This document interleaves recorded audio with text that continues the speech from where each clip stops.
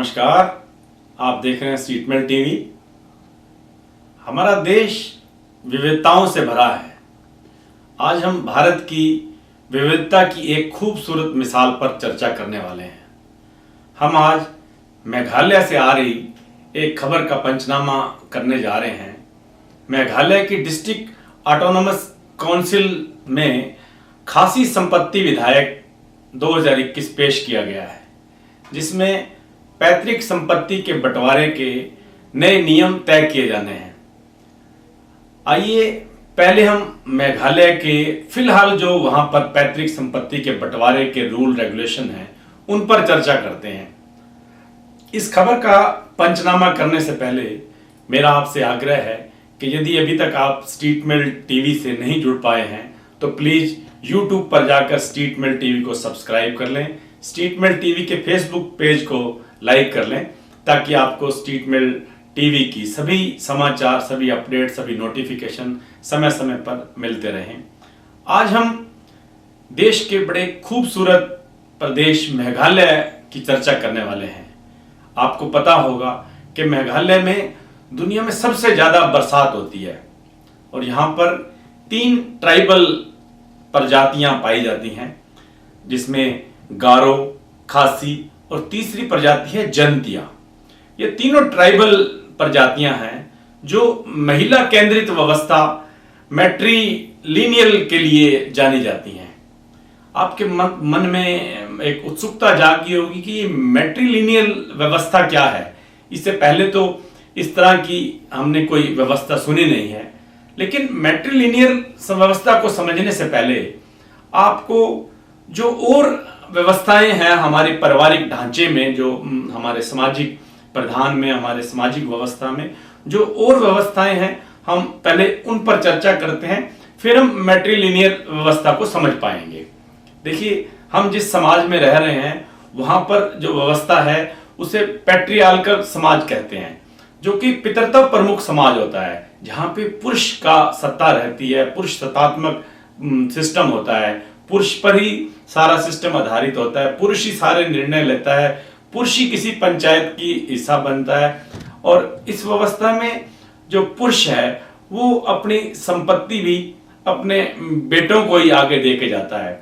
भले ही कानून में एक व्यवस्था है कि बेटा बेटी समान है, लेकिन अभी तक भी जो हमारी ये पैट्रियार्कल सोसाइटी है उसमें अभी तक भी बेटियां आगे जहां उनका ससुराल होता है वहां संपत्ति की हकदार बनती हैं, और यहाँ पर अभी तक भी बेटों को ही जो पेरेंट्स हैं, जो पुरुष हैं, वो अपनी संपत्ति देके जाते हैं, जो अपनी पैतृक संपत्ति है उनको देके जाते हैं। दूसरी व्यवस्था होती है मैट्रियार्कल व्यवस्था। यहाँ पर महिला प्रमुख रहती है, लेकिन मेघालय में जो व्यवस्था है उसका नाम है मैट्रिलिनियल व्यवस्था। इस व्यवस्था में सिर्फ महिला ही प्रमुख नहीं होती है, बल्कि महिला पक्ष के लोग, उनकी सत्ता होती है। महिला पक्ष के लोग माने कि महिला का मायका, महिला के मायके की महिलाएं ही सारी सत्ता चलाती हैं। वही परिवार के निर्णय लेती हैं कि बच्चा क्या करेगा, कौन पढ़ेगा, किसकी शादी करनी है, कब क्या होगा। पंचायत में भी महिलाएं जाती हैं।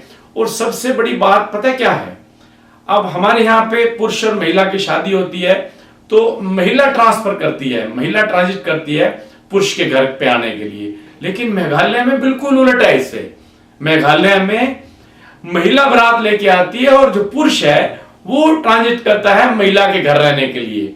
यानी कि एक तरह से आप कह सकते हैं कि वो घर जवाई वाली पोजीशन है कि जो पुरुष है वो महिला के घर रहेगा, न कि महिला वहां जाएगी। महिला उल्टा बारात लेके आएगी, पुरुष को वहां जाके रहना पड़ेगा। ऐसी बड़ी रोचक मेघालय में ये व्यवस्था है। लेकिन आप इसे महिला सशक्तिकरण का भी सबसे बड़ा उदाहरण कह सकते हैं। यहां पर पूरी तरह से आप देखेंगे कि महिलाओं का ही अधिकार है।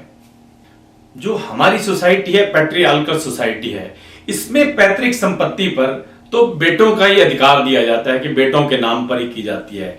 लेकिन जो ये मैट्रिलिनियल व्यवस्था है जिसकी आज हम बात कर रहे हैं, जो उनकी पैतृक संपत्ति को लेकर जो हम आज बात कर रहे हैं, उसमें जो संपत्ति है, पैतृक संपत्ति है, वो खातड़ू के नाम पर जाती है।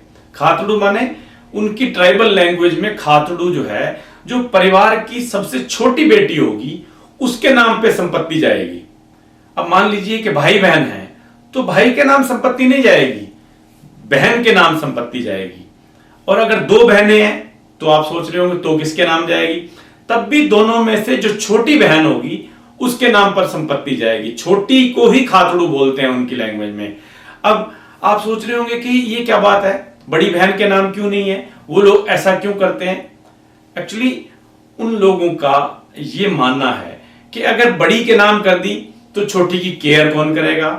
फिर एक और बड़ी बात वो लोग सोच रहे हैं, आप ये देखिए कितना एडवांस सोसाइटी है, जिनको हम ट्राइबल कहते हैं, वो लोगों की सोसाइटी, उनकी आप एडवांस देखिए कितने अपडेट हैं वो लोग। उनका ये मानना है कि जो छोटी बेटी है वो बड़ी बेटी की तुलना में ज्यादा टाइम तक जिंदा रहेगी। जितने ज्यादा उसकी तुलनात्मक तौर पर जिंदा रहेगी उतना टाइम तक वो परिवार की परवरिश भी ज्यादा करेगी, क्योंकि वो संपत्ति की हकदार है तो उसके पास संपत्ति है तो वो ही परवरिश ज्यादा करेगी। अब आपके मन में उत्सुकता जाग रही होगी कि मान लीजिए किसी की बेटी नहीं होती है, बेटे बेटे हो जाते हैं, तब वो पैतृक संपत्ति किसके नाम जाएगी। आप देखिए कितनी अच्छी व्यवस्था है। तब वो संपत्ति जो है, जो मां है, उस मां की बहन के नाम पर जाएगी। कितनी अच्छी एक रोचक व्यवस्था है कि उसकी बेटों को नहीं देंगे, वो मां की भी बहन के नाम पर जाएगी। यानी कि इस सोसाइटी में जो मेल है, जो पुरुष है, उसका रोल पूरी तरह से जीरो की तरह लगता है। ऐसा भी उसकी कोई भूमिका नजर नहीं आती है। पूरी तरह से महिला प्रमुख समाज है, महिला का आधिपत्य है मेघालय में। अब आपके मन में सवाल आ रहा होगा कि मान लीजिए छोटी बेटी जो संपत्ति बेच खाती है, तब बाकी लोगों का क्या होगा, क्योंकि परवरिश की जिम्मेदारी तो उसी पे है कि संपत्ति उसके पास है। अगर वही बेच खाए तो क्या होगा। बड़ा देखिए क्या सिस्टम बनाया है कि अगर छोटी बेटी संपत्ति बेचना चाहती है तो अपनी मर्जी से नहीं बेच सकती है। यहां भी एक चेक लगाया गया है कि उसे अगर संपत्ति बेचनी है तो अपनी मां के परिवार वालों से सहमति लेनी होगी। मां के परिवार वालों से माने अपने मामा से उसको सहमति लेनी होगी। अगर मामा कहते हैं कि संपत्ति नहीं बेचनी तो वो छोटी बेटी संपत्ति नहीं बेच सकती, क्योंकि मामा के लिए तो सभी भांजे भांजियां सब एक बराबर हैं, चाहे वो बड़ा है चाहे छोटा है, उनकी नजर में तो सब एक बराबर हैं। तो इसलिए बिना मामा की सहमति के छोटी बेटी संपत्ति नहीं बेच सकती। अब आपको लग रहा होगा कि भाई यहां तो सब तरफ से महिला ही महिला है, संपत्ति भी महिला की, बेटे के नाम भी कुछ नहीं है, अगर संपत्ति ट्रांसफर होनी है वो भी लेडीज के नाम पे होनी है, लड़की के नाम होनी है, लड़की नहीं है तो माँ के बहन के नाम होनी है, तो पुरुष का तो कुछ है ही नहीं। पुरुष तो ठन ठन गोपाल, पुरुष कमाए और सब कुछ उनका, तो क्या है पुरुष की वहां पे हैसियत क्या है। ऐसा नहीं है कि बिल्कुल पुरुष को जीरो किया गया हो। इस ट्राइबल जो प्रजातियां हैं, इन लोगों ने पुरुष के लिए भी कुछ रखा है। अगर कोई लड़का कोई अपनी पढ़ाई के दम पे, मान लीजिए कोई पढ़ाई के दम पे कोई डॉक्टर बन गया है, कोई जॉब में चला गया है, उसने अपनी पढ़ाई से कमाई करके, अपनी नौकरी से कमाई करके कोई टीचर लग गया है, कुछ करे, उसने कोई चीज बनाई है, कोई मान लीजिए किसी ने अपना फ्लैट बना लिया है, किसी ने अपना बिल्डिंग बना ली है, कोई शॉप बना ली है, कोई दुकान बना ली, मतलब कुछ भी अगर उसने अपनी कमाई से, जो उसने कोई डॉक्टर या कोई टीचर या जो भी उसने कोई कहीं नौकरी करके कुछ भी करके अगर उसने कोई चीज कमाई है, कोई बनाई है, तो वो उस पर सिर्फ उसका अधिकार है। वो चाहे उस प्रॉपर्टी को किसी को भी बांट सकता है, कैसे भी उस प्रॉपर्टी को यूज कर सकता है, उस कमाए धन को कैसे भी खर्च कर सकता है, किसी के नाम कर सकता है, पत्नी के नाम कर सकता है, बेटे के नाम कर सकता है, बेच सकता है। उसके ऊपर कोई किसी तरह का चेक नहीं है, कोई रोक नहीं है, वो जैसा चाहे वैसा प्रयोग कर सकता है। अब आप सोच रहे होंगे कि आज इस विषय पर डिस्कस करने की क्या जरूरत आन पड़ी है, क्यों आज मेघालय का पंचनामा किया जा रहा है।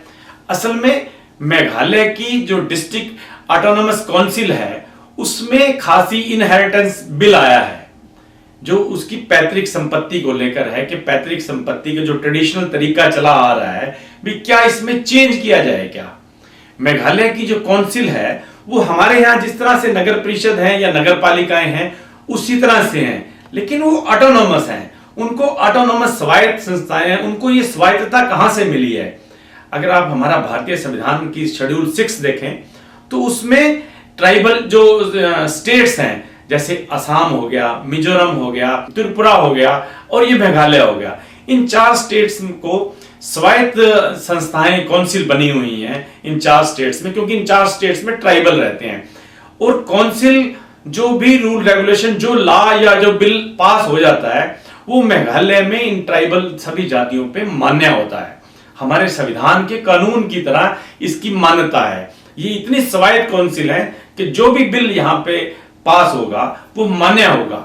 अब जो ये बिल इनहेरिटेंस प्रॉपर्टी पे जो लाया गया है उसमें एक प्रपोजल ये रखा गया है कि अब तक तो जो भी पैतृक संपत्ति है सिर्फ खातड़ू को जाती है, जो कि उनकी सबसे छोटी बेटी है उसके नाम पर जाती है। लेकिन बिल में प्रपोजल है कि क्यों ना जो पैतृक संपत्ति है बाकी बच्चों में भी बांटी जाए।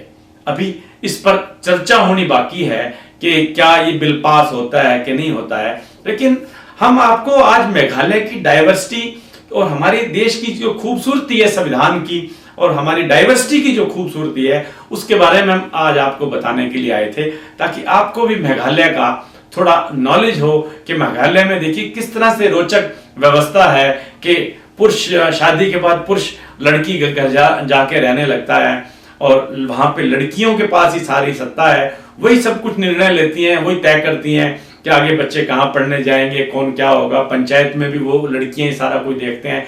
मतलब अगर हम सेक्स रेशो की बात करें तो आप बड़े हैरान होंगे कि जितने भी ट्राइबल स्टेट्स हैं वहां पे सेक्स रेशो में महिलाओं की संख्या, लड़कियों की संख्या, कन्याओं की संख्या ज्यादा है। जबकि हम बड़े लिटरेट स्टेट हैं, हमारे स्टेट बड़े रिच स्टेट माने जाते हैं, लेकिन यहाँ पे सेक्स रेशो में बड़ा इनबैलेंस है। यहाँ पे लड़के ज्यादा हो रहे हैं, लड़कियां कम हो रही हैं, लड़कों की शादियां नहीं हो रही हैं, इतनी दिक्कतें हैं। और ये ट्राइबल स्टेट्स देखिए, यहाँ पे लड़कियां ज्यादा हैं लड़कों के मुकाबले में। ये बड़ी हमारे देश की खूबसूरती है। आज हम इस खूबसूरती के बारे में आपको चर्चा करने के लिए आए थे।